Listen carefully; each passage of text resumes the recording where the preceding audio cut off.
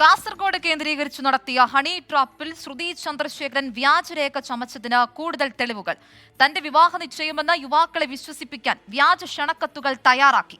കോവിഡിന് ശേഷം പ്രവർത്തനം നിലച്ച കാഞ്ഞങ്ങാട്ടെ ആകാശ് ഓഡിറ്റോറിയത്തിന്റെ പേരിലാണ് ക്ഷണക്കത്ത് തയ്യാറാക്കിയത്. 24 എക്സ്ക്ലൂസീവ്.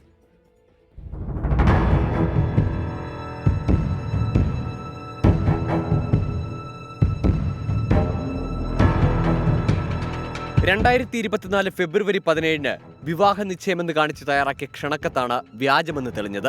2 വർഷത്തോളമായി പ്രവർത്തനം പൂർണ്ണമായി നിർത്തിവെച്ച കാഞ്ഞങ്ങാടുള്ള ആകാശ് ഓഡിറ്റോറിയത്തിന്റെ പേരിലായിരുന്നു പ്രതി ശ്രുതി ചന്ദ്രശേഖരൻ കത്തുകൾ പ്രചരിപ്പിച്ചത്. കത്ത് തയ്യാറാക്കിയത് കാഞ്ഞങ്ങാടുള്ള പ്രിന്റ് വില്ലേജ് എന്ന സ്ഥാപനത്തിലും. പ്രതി ശ്രുതി ചന്ദ്രശേഖരൻ എത്തിയാണ് കത്ത് തയ്യാറാക്കാൻ ആവശ്യപ്പെട്ടതെന്ന് കടയുടമ അഷ്റഫ് 24നോട്. എൻഗേജ്മെന്റിന്റെ ലെറ്റർ അടിക്കാൻ വന്നായിരുന്നു. അവർ കുറേ ദിവസം കഴിഞ്ഞിട്ടാണ് അത് മേടിച്ചത്. വാങ്ങാൻ വന്നത് സ്ത്രീയായിരുന്നില്ല, അവരെ റിലേറ്റീവ് സഹോദരനാണ് വന്നത്. ആകാശ് ഓഡിറ്റോറിയത്തിൽ അങ്ങനെയുള്ളത്. അതിൽ ആകാശ് ഓഡിറ്റോറിയം കോവിഡിന് ശേഷം പ്രവർത്തിച്ചിട്ടില്ലെന്ന് സമീപത്ത് തട്ടുകട നടത്തുന്ന കൃഷ്ണനും വ്യക്തമാക്കി. കൊറോണ സമയത്താണ് തോന്നുന്നത് മോളെ കല്യാണം കഴിഞ്ഞ ശേഷം പിന്നെ തുറന്നില്ല, പിന്നെ പണിയെടുക്കുന്നുണ്ട്. വേറെ കല്യാണില്ല, മോളെ കല്യാണേ കണ്ടില്ല, വേറെ കണ്ടില്ല. ഇല്ല. ഒളിവിൽ പോയ പ്രതി ശ്രുതി ചന്ദ്രശേഖരനായി പോലീസ് തെരച്ചിൽ തുടരുകയാണ്.